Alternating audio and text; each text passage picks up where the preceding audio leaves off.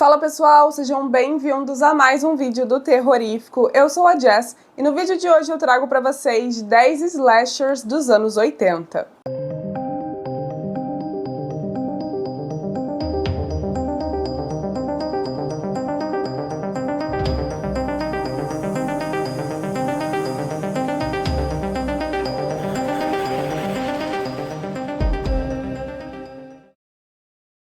A década de 80 foi uma época mágica para os filmes slasher, aquelas produções clássicas que todos amamos, onde um grupo de pessoas, geralmente jovens, é perseguido e morto um a um, pouco a pouco, por um assassino desconhecido ou não. Sobre o vídeo de hoje, já adianto que não incluí os filmes de Sexta-feira 13 nessa lista, simplesmente porque eu preferi focar nos mais desconhecidos ou pelo menos menos comentados. Isso não tira meu amor pela franquia, pelo Jason, pela Pamela, pelas Final Girls e Final Boys, em especial a minha Final Girl favorita, que é a Ginny da parte 2. Fica aí, dessa forma, a minha menção honrosa. É diferente do que eu fiz no nosso vídeo sobre slashers dos anos 90, por exemplo. Vou até deixar o link aqui em cima caso você ainda não tenha assistido.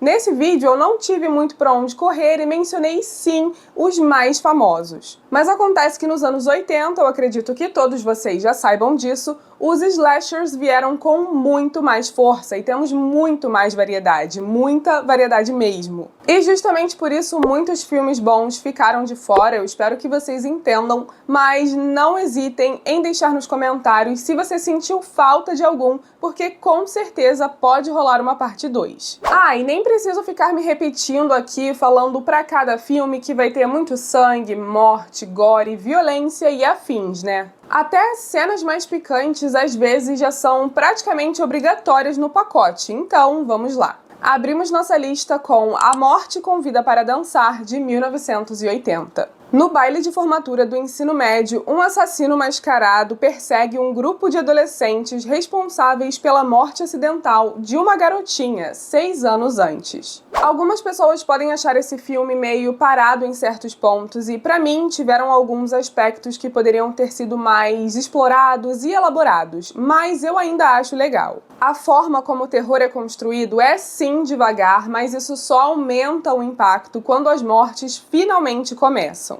Tem bastante suspense e quando a trama pega no tranco, as coisas ficam intensas de verdade. Essa é realmente a palavra para descrever os momentos finais. Não é nada do que a gente imaginaria e tem até uma vibe meio de diálogo ali. Recomendo demais. É com Jamie Lee Curtis e isso ajuda a convencer vocês em um de seus primeiríssimos papéis no terror e no cinema de forma geral. A partir daí, ela foi ganhando cada vez mais notoriedade em filmes de terror, logo recebendo o título de Rainha do Grito. Seguimos para o ano seguinte com Dia dos Namorados Macabro, de 1981. Durante uma celebração de Dia dos Namorados, vários mineradores morrem em um acidente, restando apenas um sobrevivente, que acabou surtando. 20 anos após essa tragédia, o prefeito da cidade resolve voltar com a celebração, o que só atrai ainda mais mortes. Sempre que eu vejo alguém falando sobre esse filme, geralmente eles estão se referindo ao remake, que é até bom. Eu gosto especialmente porque conta com Jensen Ackles no elenco e tem toda aquela vibe dos anos 2000 que a gente ama, mas acontece que o original é realmente superior. Eu até lembro que quando assisti o dos anos 80 pela primeira vez, só tinha visto essa releitura até então, e mesmo assim ele conseguiu me surpreender. Eu amei muito mesmo, sinceramente acho que eu nem esperava gostar tanto assim, porque apesar de trazer a mesmíssima proposta, a reviravolta, a revelação e a atmosfera são bem diferentes. Além disso, ele já prende nossa atenção desde a cena de abertura e, pra mim, tudo funciona perfeitamente, desde as mortes criativas até a dinâmica entre os personagens com quem a gente realmente passa a se importar. É tudo excelente e é um dos meus favoritos dessa lista de hoje, diria até que é meio subestimado. Do mesmo ano, 1981, eu trouxe Chamas da Morte ou A Vingança de Cropsey. Após sofrer queimaduras horríveis em uma suposta brincadeira que deu errado, um zelador de acampamento de verão retorna anos depois em busca de vingança. A recepção desse, na época, não foi muito boa, com muitos críticos ridicularizando sua violência gráfica e certas semelhanças com Sexta-feira 13. Porém, desde então, já ganhou muitos fãs e refez a cabeça dos críticos, que hoje em dia têm outro pensamento. E realmente, gente, eu acho que podemos apreciá-lo apesar das similaridades com qualquer outro filme, porque, querendo ou não, a premissa básica de todo slasher é a mesma e esse simplesmente calhou de ser ambientado num acampamento de verão também, e não é o único dessa lista, tá? Ele é inegavelmente divertido durante todo o andamento, que, aliás, não nos deixa entediado em momento algum, embora o ato final não traga nada de novo ou surpreendente. Acontece. Ainda assim, ele não deixa de ser bom, e os personagens são até agradáveis, algo difícil de se conseguir num slasher. O vilão também é bem interessante. De forma geral, é um filme subestimado que merece sua atenção e deveria ser mais indicado. Seguimos com O Massacre, de 1982. Esse filme segue um grupo de amigas numa festa do pijama que são aterrorizadas por um maníaco que acabou de escapar do hospital e utiliza uma furadeira como arma de seus crimes. Roteirizado e dirigido por mulheres, esse é, sem dúvida alguma, o filme perfeito para assistir numa festa do pijama com as amigas. Inclusive, eu já fiz isso. A estética e as personagens são cativantes e a trama, apesar de clichê, é eficaz. Mas aí é que tá. Ele foi originalmente concebido para ser uma paródia dos slashers que estavam super em alta na época do lançamento, mas acabou que os produtores preferiram que ele fosse levado mais a sério. Então, apesar de conter boas doses de violência, ele também é super bem-humorado e cômico, até mais do que a maioria das produções do mesmo estilo da época. E vou te falar, é um filme realmente bom, não se engane, tá? Vale a pena demais. Agora temos Tenebre, também de 1982. Um escritor americano em Roma é perseguido por um assassino em série que mata todas as pessoas usando o trabalho em seu último livro como inspiração. Uma coisa que eu adoro em boa parte dos filmes de Dario Argento é que tem sempre um mínimo detalhe que a gente deixa passar e ele faz questão de esfregar na nossa cara o que a gente não percebeu próximo do desfecho. Esse Diallo é uma obra de arte com ótima trilha, como geralmente é de praxe, efeitos práticos, cinematografia belíssima e uma reviravolta insana. Traz um mistério bem desenvolvido que se desenrola com calma e paciência e culmina num final que é bom demais. Sério, recomendo bastante. Eu também trouxe Acampamento Sinistro, de 1983. Após um terrível acidente de barco que matou sua família, a tímida jovem Angela passa a morar com a tia. No verão, ela e o primo superprotetor são enviados a um acampamento onde assassinatos misteriosos começam a assolar os campistas, punindo todos que têm mais intenções. Como prometido, aqui está mais um slasher que se passa num cenário de acampamento e não é Sexta-feira 13. Esse aqui, inclusive, tem uma das maiores revelações dos slashers, então eu recomendo que você não procure nada antes de assisti-lo, principalmente imagens, pelo amor de Deus, porque você com certeza vai descobrir a cena final e esse spoiler é sim do tipo que estraga a experiência, então não procure nada, confie em mim. Esse é mais um caso de recepção desfavorável pela crítica que o tratou como apelativo e não original. E tal, o conceito pode até ser batido, como a gente já discutiu, mas o fato é que ele também vai te fazer passar raiva e a reviravolta vai te atingir como uma pedra. Sinto arrepios só de lembrar da cena final, que é extremamente chocante e inesquecível. E aquele som, nossa! Acampamento Sinistro definitivamente foi um filme à frente de seu tempo.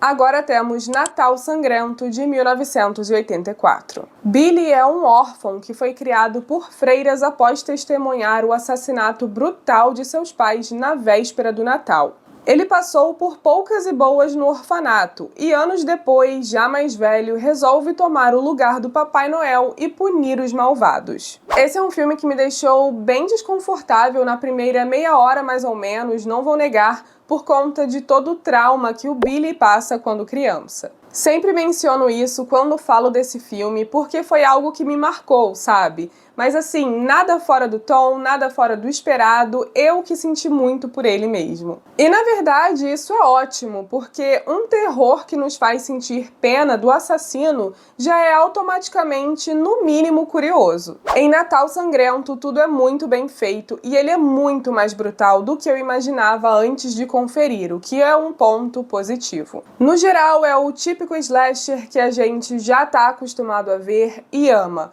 Violento, com muito sangue, mortes criativas e um mergulho profundo na psique do assassino. Eu gostei bastante e definitivamente acho que vale a pena ver.